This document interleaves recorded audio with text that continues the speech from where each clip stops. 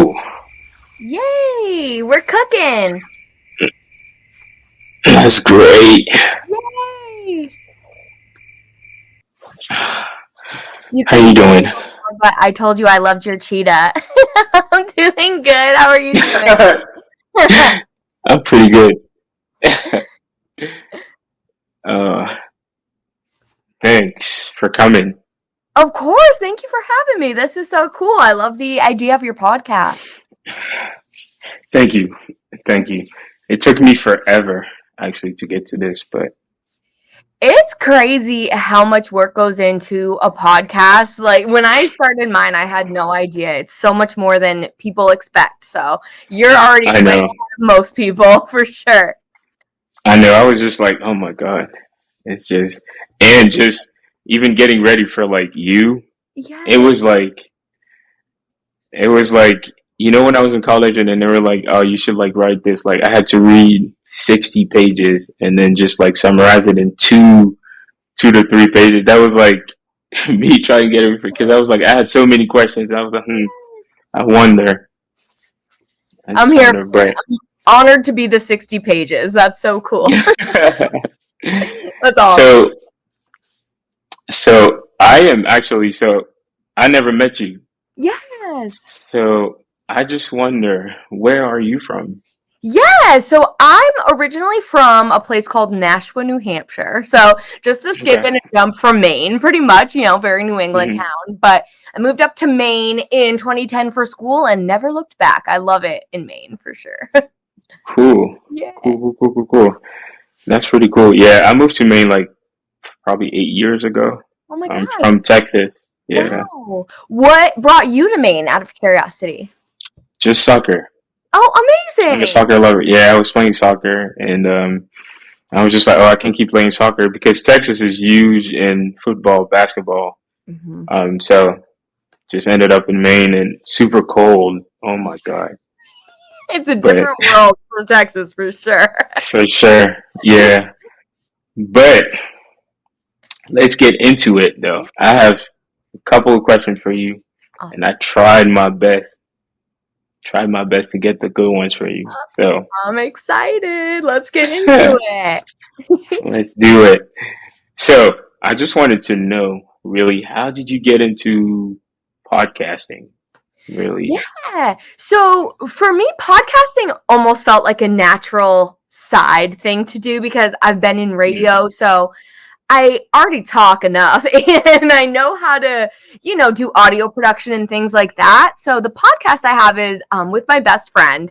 And we just kind of had this idea one day when her mom found a bunch of these old journals and notebooks in her storage. And it was all these notes from her and I in high school. And we were just mhm. talking about it one day. And the more we got into it, we're like, this is kind of hilarious. Maybe we should make a podcast. So that was where That's the so funny. origin story came up, and it just kind of kept snowballing from there. Cool. What's the name of your podcast? It's called Fever Dream Diaries. So our high school Cool. experience was quite the fever dream. So that's where that came from.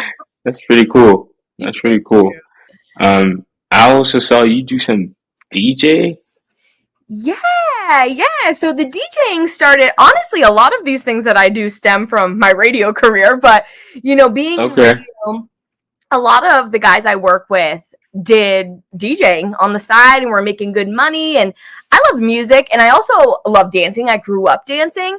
And Hmm. with that being said, as I asked them to teach me and started learning, I realized it's actually not that different from dance, keeping beats and keeping Mm. rhythm. It's just in a different way. So I feel like that's kind of how I was able to pick it up the way I did. But yeah, I just got sick of watching all the boys do it and I wanted to try, you know what I mean? Okay. So they Okay. taught I me to do respect it. it.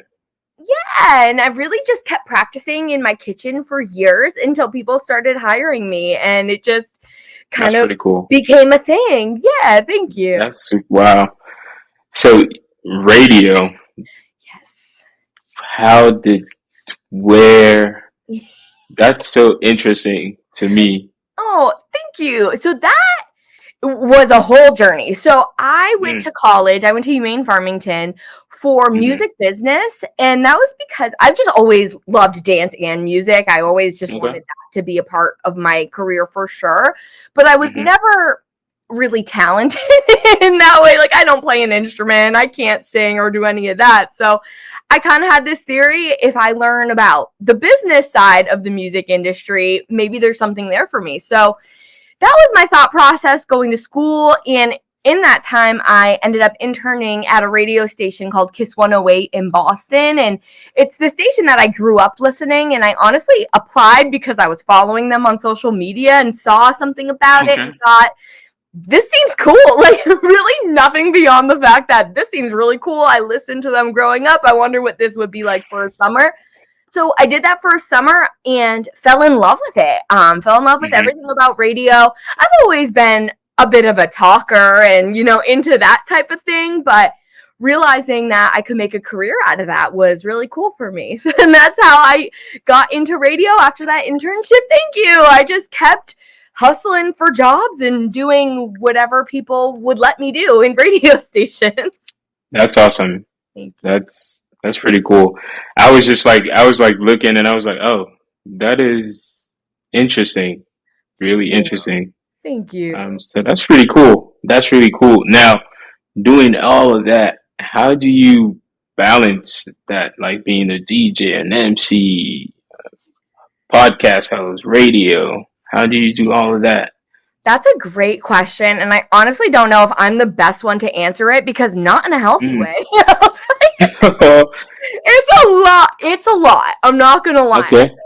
For me, I've always been super hardworking and driven. And I don't even mean Mm-hmm. that to like toot my own horn because honestly, that life is exhausting. So for me, Sure is. right. And I know you get it because you're working, you're putting together this Mm-hmm, mm-hmm. podcast and doing all sorts of stuff. So I know you understand. It's like, I don't know what would happen if I did stop. So I just keep going. And I'm the type of person who always feels the need to be busy and into something. So I just operate that way. I have a lot of Mm. energy. With that all being said, though, anyone who does want to take on multiple roles, I stress, relax, take time for yourself. This is me. That part. Yes, I'm preaching that to Mm-hmm. myself a bit Yeah. because it's a lot and it's tough. Yeah. And I think the biggest way I can balance things and kind of keep track of things is I am super organized, and I think that helps. So I know to a That T. part too. Yes, it's like I plan out my weeks in my head in advance. So I kind of have an idea of what's to come. Even with that, it's a double-edged sword. That's stressful Mm-hmm. too, but that's how I operate. That's pretty cool. No, it's good to know because it is stressful. It is It's super stressful. stressful, to say the least. No. So now one thing that really caught my attention. Surviving Paradise. Yes, let's talk about it. So what about that? Wow, what a time to be alive. So, I was on the Netflix show Surviving Paradise, and that kind of Uh-huh. came about years ago. I had Mm. auditioned to be on a Netflix show called The Circle, if you're familiar with that at all. Mm-hmm. Oh yeah. Yes. At Mm. that time, and that just came from I watched it and I was like, that seems really cool. Like, I think maybe I could do that. So Okay. I really Googled applied to The Circle, which sounds a little bit sketchy in retrospect, but went through that process. But Hey, you're a go-getter. that's for better or worse, my friend. Mm-hmm. But at that time, they weren't casting. Apparently, they had just ended. So the production company actually reached back to me, which I was shocked to see, and was like, we're not doing this show right now, but we are casting for another show that we can't tell you anything about, but we think you should apply for it. So, and that was all because Surviving Paradise, which they were calling Jet Set at that time, it was a new show. I was on the first season, so they didn't leak anything. They wanted to keep their cards really close to their chest, but Mm-hmm. I was like, this is crazy. Like, they're not going to pick me anyway. Sure, I'll just keep I'll apply, sure. So kept applying, kept getting called back. They kept wanting to talk to me. And then it all kind of went on a pause because of COVID. Mm. So, as we all went through that process, a year later, they get in touch with me again, and I have to go through the interview process all over again, Wow. which was pretty insane. And Wow. even more so, kept feeling like this is never going to actually happen. Like, why am I doing this Right. to myself? And then one day I get an email and they're like, Hayley, we want to send you to Greece. We still can't tell you anything about the show. In fact, you're not even Oh.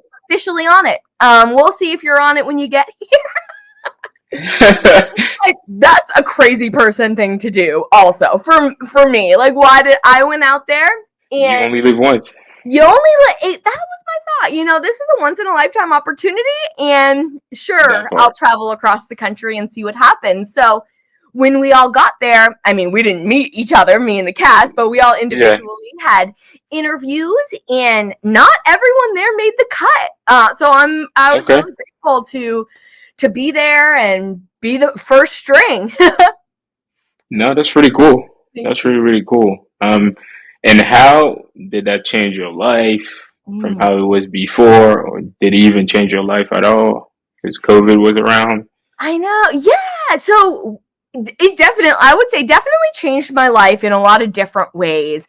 Mm. Mentally, I would say it kind of, first of all, I'm a huge reality TV fan. So I think for Mm-hmm. me, Say it. Oh yeah, yes, me too. it Sometimes. also, I knew we'd get along. So it was Uh-huh. really cool to see the other side of things. So I think, Mm. definitely changed my perspective on how TV is made and, the perspective of that and how, things are edited and you can't always fully believe that what you're seeing is the full What you story saying? and Right. things of that nature for sure, Mm-hmm. mentally. But in terms of, just opportunities and things like that, I definitely have gotten the chance to meet some really cool people. And That's I nice. mean, bottom line, I got a free vacation to Greece. So that was amazing. Right. I can't That part. complain. That So part right there. yes. So made lots of new friends, and I love talking about it with people, and especially people like you who love reality TV, because it's just Mm-hmm. I like to geek out about it. And it was so cool, and I honestly hope to do more shows in the future. I'm still not giving up on the search. Yeah. Never know. Okay. Hey, put it out there. That's it. We're manifesting, right? That's good. No, Yes. that's good. So, see another thing about you. It never How ends. about the main Mariners? Like, Yes. so Yes. I'm not huge on hockey, but obviously I've been in New England for like 6, 7 years. What about them?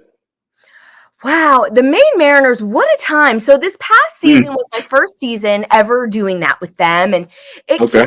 about because through the radio station, we would do some live broadcasts from the games, the Cross Insurance Arena, and we would go and just kind of, talk to people there and give away things and whatnot. And through that experience, I kind of got to know the people at the Mariners, and it came time where their host was moving on to a different job. So they thought of me, which was so cool and nice. And they reached out to me and were like, you want to try a new thing? So let's go. Sure.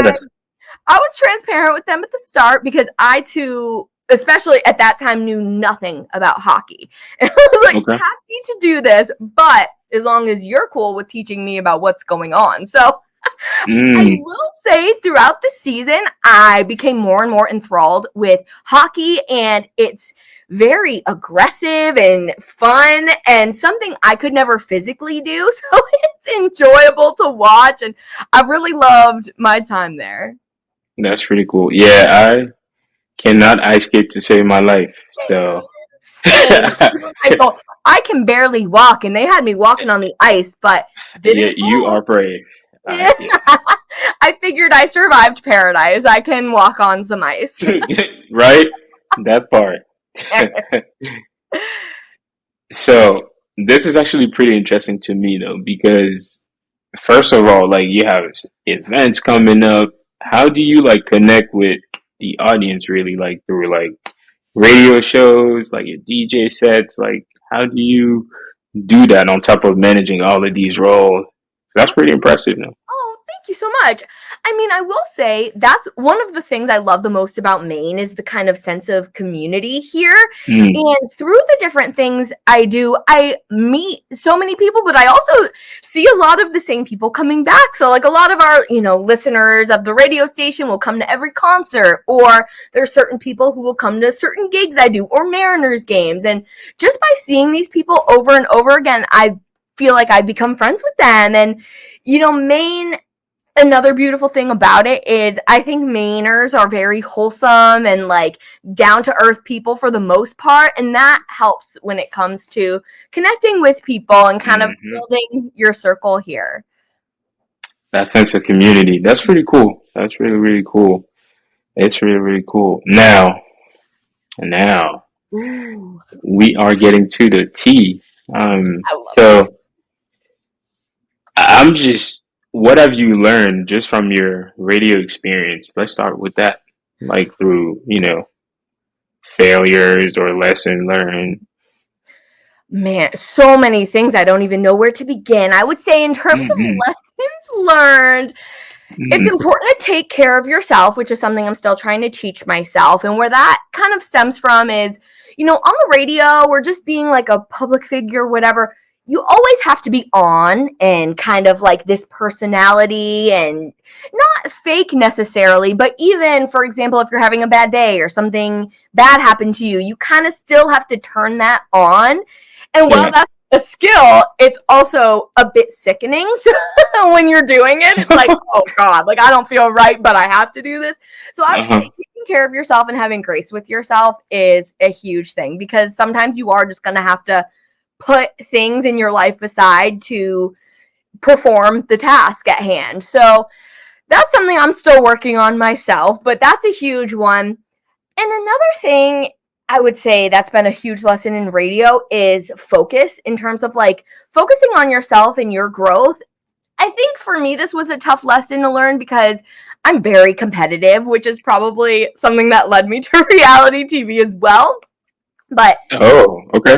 while healthy competition is great, we got to still embrace that. I think Of course. taking the time to not compare yourself and to just kind of focus on what you're doing and what your goals are, because everyone's path is different. Another Hmm. lesson I'm still trying to fully learn myself, but I would say those are probably the biggest things I've learned from radio. Okay, that's pretty cool. Now, DJing, it's funny because for the longest time, I love music and I would like play songs in college and I tried to DJ, but no. Oh. How did you get into that and what have you learned? That's pretty cool, Oh, actually. So, thank you. I think from DJing, honestly, the biggest thing outside of like the technology, because that was a big hurdle for mhm. me to kind of learn setup and sound and how all that stuff works. But I would say really patience is one of the Oh, biggest oh, things with DJing, because, mm, in that type of environment, things can go wrong that's not even your fault. Like your computer can crash, or someone can spill a drink on your DJ mm, controller, or so many different things can happen. And to be a problem solver and to be patient with those things and just kind of be ready to tackle them, I would say that's huge with DJing. But really, I would kind of shadow my friends and watch them to learn. And I can't. My first gig was a wedding, which sounds insane to say out loud. That was my very first wow. gig, and it was my Interesting. sister's. I know, it was my sister's best friend. So that's kind of Okay. how I got into it. And after that, what another lesson I think I should add is always be nice to people and like make friends where you Mm, can, because I met someone at that first wedding I did who worked for Bose, the speaker company, yeah, yeah. and we became friends at that wedding. And this person, bless them, ended up giving me their friends and family discount, and I bought my first sound system through them, like Wow. so inexpensively, all because I spent time with this person at my first gig. So That's that's pretty another cool. thing. You never know who can come back. Not to say use people, because that's too far, but No, but yeah, just I get being what you're saying. nice to people, and Hmm. being easy to work with goes a really long way. And Long after, way. after that wedding, it just kept snowballing. People just kept calling me to DJ stuff, and it hasn't stopped yet, God willing. That no, that's really great. That's Thank really great. That's good for you.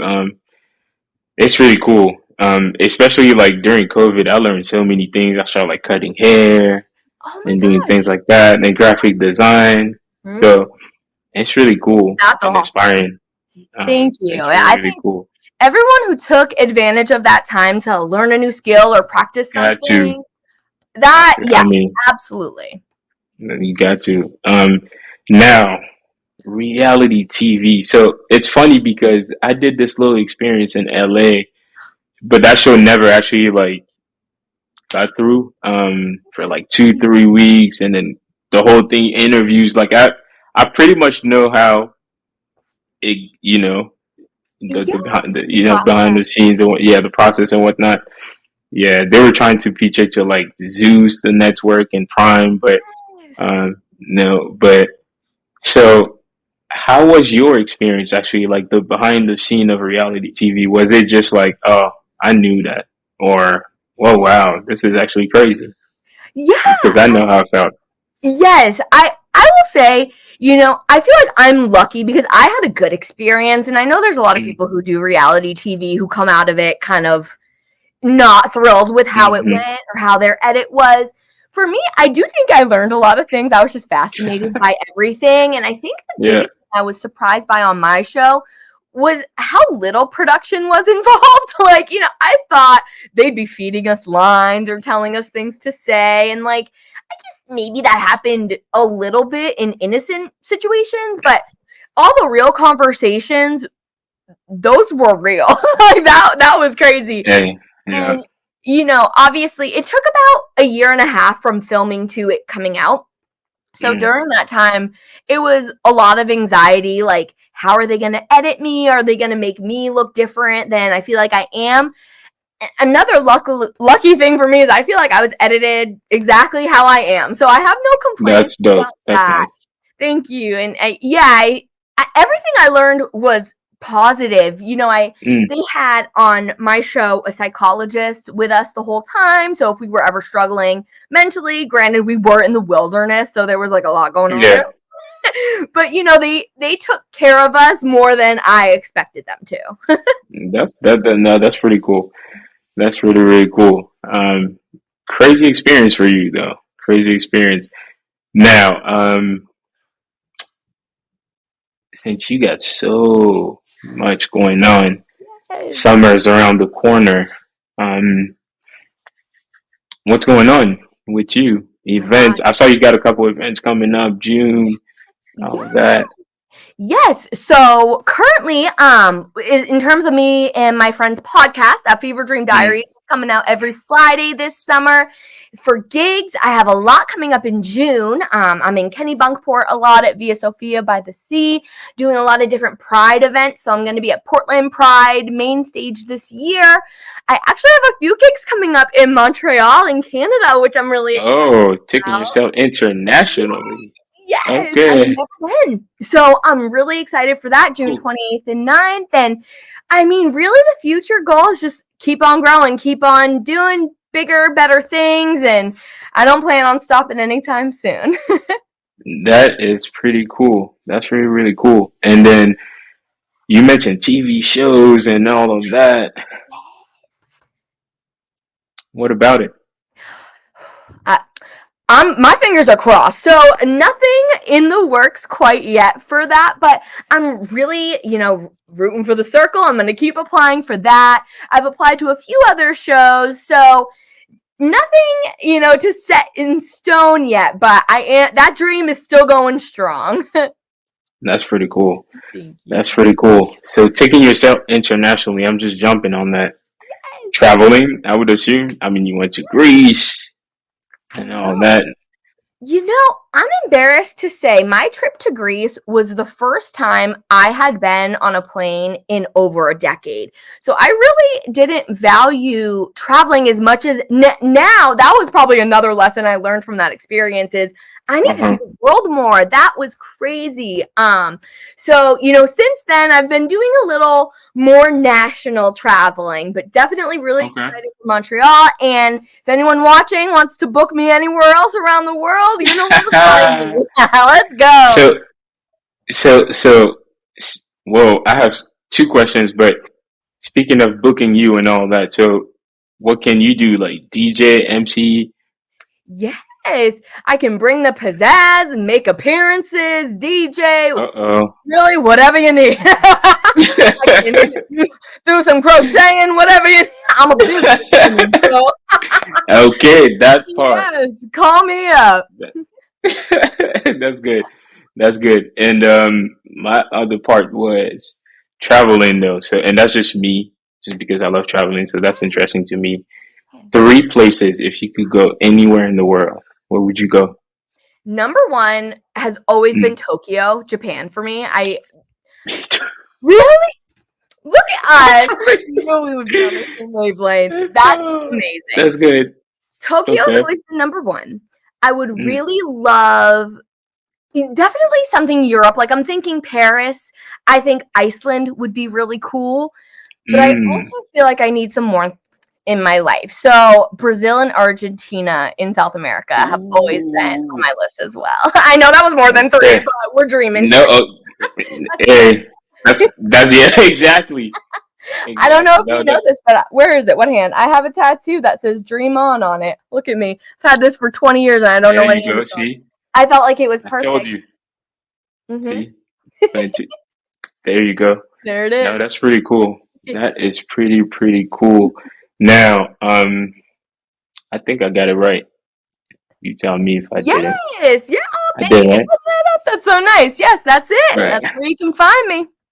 Uh-huh. I got it right. Yeah. No, that's pretty cool. That's pretty cool. So here's the thing now with the show. Um, I came actually. I took it from. I watch a lot of podcasts. I don't know if you heard of All the Smoke, the podcast. No. Great, I'll look them perfect. up. Because then the concept. So here's the thing. So dreaming, keep dreaming. So as you're coming on as my guest, you got to keep the dream alive. Yes. Now, Oh, I love here's here's my question: who do you think would be a good fit to keep the dream alive? Now, here's the thing: you gotta help me make that happen. Oh my gosh. So who should be your next guest for your podcast? Uh-huh. Oh Yes. my gosh. I know so many awesome people that would be really cool for you to talk to, but the first person that comes to mind to me who is equally as much of a dreamer as myself is my friend Beal. He Mm. is on the radio station with me, but he's also a rapper. He DJs as well, but he does so many different things. He does little commercials. I shouldn't say little. He Okay. does big commercials as well. So he is such a dreamer and he's a Mainer as well. And I think you two would really get along. That's pretty cool. Well, I'll contact you when it comes to that. So, But the last part was actually for me before I let you go. Look at me. Um, so have you been to Charleston before? no, Never. no. Hmm. I wonder what your summer looked like. Do tell. That's all I had to say, but I love it. We'll be in touch. sounds good. Thank you, Aaron. Yay. Thank you so much. It was great to meet you and chat with It you. was nice to meet you. So great. Have a Amazing. good weekend. Yes, you too. We'll talk soon. Sounds good. Bye. Nice, pretty show. Technical difficulties earlier on, but we figured those out, and everything went well. I'm looking here because my screen was right here. It's just my camera's right here. But it was really cool to have Hayley Smith-Rose. Pretty cool conversation. Quick questions, and I was really trying to like save her time and keep it short, while really keep it funny and interesting. She answered a couple of questions and whatnot, and it was pretty cool just to like understand like her mindset. Like she's a go getter, the resiliency, having dreams. As you can tell, she's still trying to like get into the circle and whatnot. So that's pretty cool and inspiring, and that's really the whole concept of the show. So more to come, more and more to come, and the dream is just going right now. We are dazzling. We are dazzling dreamers. I'm your host, Mr. KG, and I'll see you pretty soon.